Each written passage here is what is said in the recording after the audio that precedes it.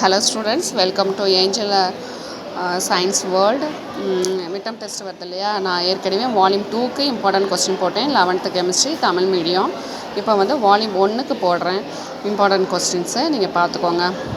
என்ன லெசன் அப்படின்னா காரம் மற்றும் கார மண் உலோகம். இதில் வந்து நீங்கள் பேசிக்காக என்ன தெரிஞ்சுக்கிறோன்னா அப்படின்னா, எல்லா மெட்டல்ஸ்க்கும் தனிமங்கள் இருக்கு இல்லையா, அந்த தனிமங்களுக்கு உங்களுக்கு எலக்ட்ரான் அமைப்பு எழுத தெரியணும். எலக்ட்ரான் அமைப்பு எழுதணும் அப்படின்னா கண்டிப்பாக அணு எண்ணு கண்டிப்பாக நீங்கள் தெரிஞ்சுருக்கணும். ஸோ அப்போ ஒரு தடவை பீரியாடிக் டேபிளை நீங்கள் ரிவிஷன் விட்டுக்கிறணும். அதுவும் குரூப் 1 குரூப் 2 2 தனிமங்களுக்கும் உங்களுக்கு எழுத தெரிஞ்சிருக்கணும். சரியா? ஏன்னா காரம் மற்றும் கார மண் உலோகம், அதனால் நீங்கள் தெரிஞ்சுக்கிறணும். சரியா? இப்போ பார்க்கலாம். ஃபஸ்ட்டு எஸ் தொகுதி தனிமம் என்றால் என்னன்னு கேட்பாங்க. ஸோ கொஞ்சம் சிரமமாக தான் இருக்குது நான் வீடியோ எடுக்கிறது. ஸோ நீங்கள் எஸ் தொகுதி தனிமம் என்றால் என்ன, அது 2 மார்க்ஸில் கேட்பாங்க, பார்த்துக்கிறணும். அடுத்து கார உலோகங்களின் பொதுவான பண்பு, அதுவும் கொஞ்சம் இம்பார்ட்டன்ட் தான், பார்த்துக்கிறணும். சரியா? ஸோ அடுத்து அயனி ஆரம்னா என்ன, ஸோ அணு மற்றும் அயனி ஆரங்கள் வரையறை அப்படின்னு கேட்டாங்கனாலும் தெரிஞ்சுக்கிறணும். யாருக்காவது ஒரு ஆளுக்காவது நீங்கள் ஸ்ட்ராங்காக தெரிஞ்சுக்கோங்க. ஒன்று தொகுதி 1 தனிமத்துக்கு, இல்லைன்னா தொகுதி 2 தனிமத்துக்கு. அதே மாதிரி அயனியாக்கும் என்தால்ஃபி. ஸோ வீடியோ கிளியராக இல்லாட்டினாலும் என்னுடைய வாய்ஸை வச்சு நீங்கள் ஃபாலோ பண்ணி வாங்க. ஸோ ரொம்ப ரொம்ப இம்பார்ட்டண்ட்டு, கண்டிப்பாக எதிர்பார்க்கலாம். சுடரின் நிறம் மற்றும் அலை நீளங்கள், ஸோ அது வந்து பார்த்துக்கோங்க. கண்டிப்பாக 1 வேர்ட்ஸ்லையும் கேட்பாங்க. 2 மார்க்ஸில் எழுத கேட்டாலும் உங்களுக்கு எழுத தெரியணும். கம்பல்சரி கொஸ்டினில் வந்தாலும் உங்களுக்கு எழுத தெரியணும். ஸோ சுடரின் நிறம் மற்றும் அலை நீளங்கள், ஸோ அந்த டேப்லெட் காலத்தை பார்த்துக்கோங்க. அதுக்கப்புறம் லித்தியத்தின் தனித்துவமான பண்புன்னு கேட்பாங்க. லித்தியத்தை மற்ற உலோகங்களோட நீங்கள் வந்து கம்பேர் பண்ணணும், மற்ற தனிமங்களோட கம்பேர் பண்ணணும். அந்த குரூப்பில் உள்ள lithium, sodium, potassium, rubidium, caesium இருக்கு இல்லையா, லித்தியத்தை வச்சு மற்றவங்கள கம்பேர் பண்ண தெரியணும். ஸோ அதே மாதிரி மூளைவிட்ட தொடர்பு என்றால் என்னன்னு கேட்டாங்கனாலும் உங்களுக்கு எழுத தெரியணும். அடுத்து அதோடைய வேதியியல் பண்பு, ஹைட்ரஜனோட எப்படி வினைபுரியுது, திரவ அமோனியா, இதெல்லாம் சும்மா நீங்கள் லைட்டாக பார்த்துக்கோங்க. கார உலோகங்களின் பயன்கள் 5 மார்க்கில் ரொம்ப கம்பல்சரி கொஸ்டின் கிடையாது, ரொம்ப இம்பார்ட்டன்ட் கொஸ்டின் கிடையாது, இருந்தாலும் நீங்கள் பார்த்துக்கிறணும். சரியா? ஆனால் இதுக்கு அடுத்து வரக்கூடியது, அதாவது லித்தியமும் மெக்னீஷியமும் மூளைவிட்ட தொடர்பில் உள்ளது. ஸோ அப்போ மெக்னீஷியத்துக்கும் லித்தியத்துக்கும் உள்ள என்னென்ன தொடர்புலாம் அதோடைய பண்புகள் ஒத்து போகுது அப்படின்னு கேட்பாங்க 5 மார்க்கில். ஸோ அது ரொம்ப இம்பார்ட்டண்ட்டு. இந்த இருக்குது பாருங்கள். ஸோ அட்டவணை 5.6 இருக்கா, ஸோ அந்த இது இம்பார்ட்டன்ட், 5 மார்க்கில் கேட்கலாம். கொஞ்சம் இம்பார்ட்டன்ட் கொஸ்டின். லித்தியம் அதோடைய மெக்னீஷிய பண்போடு எப்படி ஒத்து போகுது அப்படின்னு கேட்பாங்க. அதுக்கப்புறம் தான் மூளைவிட்ட தொடர்பு என்றால் என்ன, கார உலோகங்களின் பயன்கள். ஸோ இந்த லெசனை பொறுத்த மட்டும் எல்லாத்துக்கான பயன்கள் வந்து இம்பார்ட்டண்ட்டு தான், படிக்கிறது ஈஸி தான், நீங்கள் படிச்சிடலாம். சரியா? அடுத்து ஆக்சோ அமில உப்புகள் பார்த்துக்கோங்க. ஸோ எப்படி உப்போட ரியாக்ட் ஆகுது அந்த தொகுதியில் உள்ள தனிமங்கள். ஸோ அடுத்து இந்த டே டு லைஃப்பில் நம்மளுக்கு அன்றாட வாழ்க்கையில் யூஸ் ஆகக்கூடிய சோடியம் குளோரைடு, சோடியம் ஹைட்ராக்சைடு, இதோடைய யூசஸ்லாம் பார்த்துக்கோங்க.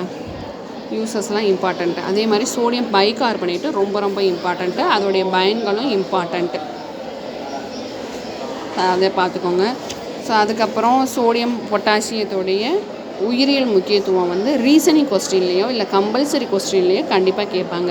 ஸோ அதனால் பார்த்துக்கோங்க. சோடியம் மற்றும் பொட்டாசியத்தின் உயிரியல் முக்கியத்துவம் ரெண்டுமே வந்து பிளட்டு, அதாவது திரவ மூலக்கூறு, இரத்த மூலக்கூறுகளை கடத்துறதுக்கு யூஸ் ஆகும். ஸோ நான் மார்க் பண்ணி கொடுத்த அந்த இதோட பார்த்துக்கோங்க. சரியா? ஸோ அடுத்து கார மண் உலோகம். அதே மாதிரி கார மண் உலோகத்துக்கு நீங்கள் beryllium, magnesium, calcium, strontium, barium, radium, இது உங்களுக்கு எலக்ட்ரான் அமைப்பு எழுத கண்டிப்பாக தெரிஞ்சிருக்கணும். ஸோ நம்ம எப்படி கார உலோகத்துக்கு பார்த்தோமோ, அணு ஆரம், அயனி ஆரம், அப்புறம் அயனியாக்கும் ஆற்றல், அதே மாதிரி தான் நீங்கள் இந்த தொகுதியில் உள்ள தனிமங்களுக்கும் நீங்கள் பார்த்துக்கிறணும். அயனியாக்கும் ஆற்றல், எலக்ட்ரான் கவர்தன்மை, அடுத்து சுடர் நிறம், ரொம்ப ரொம்ப இம்பார்ட்டன்ட், 1 வேர்டில் கேட்பாங்க. சரியா? ஸோ ரொம்ப ரொம்ப இம்பார்ட்டன்ட். சுடர் நிறம், கால்சியம்னா செங்கல் சிவப்பு, ஸ்ட்ரான்சியம்னா கிரிம்சன் சிவப்பு, பேரியம்னா ஆப்பிள் பச்சை. இது ஸோ அடுத்து பாருங்கள், ரொம்ப இம்பார்ட்டன்ட் கொஸ்டின். பெர்லியத்தின் முரண்பட்ட பண்பிற்கு காரணம் என்ன, இது 3 மார்க்கில் கேட்பாங்க. ஸோ 3 பாயிண்ட்ஸ் இருக்கு இல்லையா, அப்போ 3 மார்க்கில் கேட்பாங்க. ஸோ நீங்கள் பார்த்துக்கோங்க, கண்டிப்பாக கேட்பாங்க. ஸோ அதே மாதிரி பெர்லியத்தை வச்சு அந்த தொகுதியில் உள்ள தனிமங்களுடைய பண்புகள்லாம் கேட்பாங்க. நீங்கள் ஜஸ்ட்டு ரீட் பண்ணிக்கோங்க. ஆனால் அதை விட முக்கியம், நீங்கள் பெர்லியத்தோடைய மூளைவிட்ட தொடர்பு அலுமினியத்தோட ஒத்துப்போகும். அப்போ பெர்லியத்துக்கும் அலுமினியத்துக்கும் என்ன தொடர்பு அப்படிங்கிறத அந்த பண்பு தான் கேட்பாங்க. பெர்லியம் மற்றும் அலுமினியத்திற்கு இடையான ஒற்றுமைகள் கேட்பாங்க. சரியா? இந்த 6 பாயிண்ட்ஸ் இருக்குது. நீங்கள் நல்லா ஸ்ட்ராங்காக 5 பாயிண்ட்ஸ் படிச்சுக்கோங்க 5 மார்க்குக்கு. அப்புறம் பெர்லியத்தின் பயன்கள். ஸோ இதெல்லாம் ஜஸ்ட்டு ரீட் பண்ணிக்கோங்க. பெர்லியத்தின் பயன்கள், மெக்னீஷியத்தின் பயன்கள், கால்சியத்தின் பயன்கள், ஸ்ட்ரான்சியத்தின் பயன்கள், பேரியத்தின் பயன்கள், அப்புறம் ரேடியத்தின் பயன்கள். ஸோ இவங்க எல்லாரையும் பார்த்துக்கோங்க, ஒரு தடவை ரீட் பண்ணிக்கோங்க. அதுக்கு பிறகு இதோடைய வேதியியல் பண்பு யாரு கூடலாம் வினைபுரியும் கேட்பாங்க. அதை ஜஸ்ட்டு பார்த்துக்கோங்க. கால்சியத்தின் முக்கிய சேர்மங்கள்னு இருக்கும் இல்லையா, முக்கியமான சேர்மங்கள். இது calcium oxide, calcium hydroxide. So இந்த தான் நீங்கள் ஜஸ்ட்டு பார்த்துக்கோங்க, கால்சியம் ஹைட்ராக்சைடு. அடுத்து அதோடைய பயன்கள். ஸோ அதை விட ரொம்ப இம்பார்ட்டண்ட்டு, நாளைக்கு கண்டிப்பாக எதிர்பார்க்கலாம். ஸோ சிப்சத்தின் பயன்கள். ஸோ 5 மார்க்கில் கேட்டாங்கன்னா ஃபஸ்ட்டு அதோடைய மூலக்கூறு வாய்ப்பாடு எழுதிருங்க, அடுத்து பண்புகள் எழுதிருங்க, அடுத்து பயன்கள் எழுதுங்க. ஸோ பண்புகள்லாம் ரொம்ப வளவளன்னு நீங்கள் எழுத வேணாம். அதில் ஒரு 2 பாயிண்ட்ஸ் மட்டும் கொடுங்க. சிப்சத்துடைய பயன்கள் என்ன, பாலைவன ரோஜா. ஸோ அதே மாதிரி அது என்ன மாதிரி நிறமற்றதா, வெளிர்ந்த நிறமுடையதா. ஸோ அந்த மாதிரி சொல்லிவிட்டு நீங்கள் பயன்களுக்கு வந்துடுங்க. பயன்களில் ஒரு 5 பாயிண்ட்ஸு நல்லா தரமாக எழுதி வச்சிடணும். சரியா? 5 பாயிண்ட்ஸும் எழுதியிருக்கணும். அதுக்கப்புறம் பாரிசாந்தும் ரொம்ப இம்பார்ட்டன்ட் கொஸ்டின்ஸ் தான். பாரிசாந்து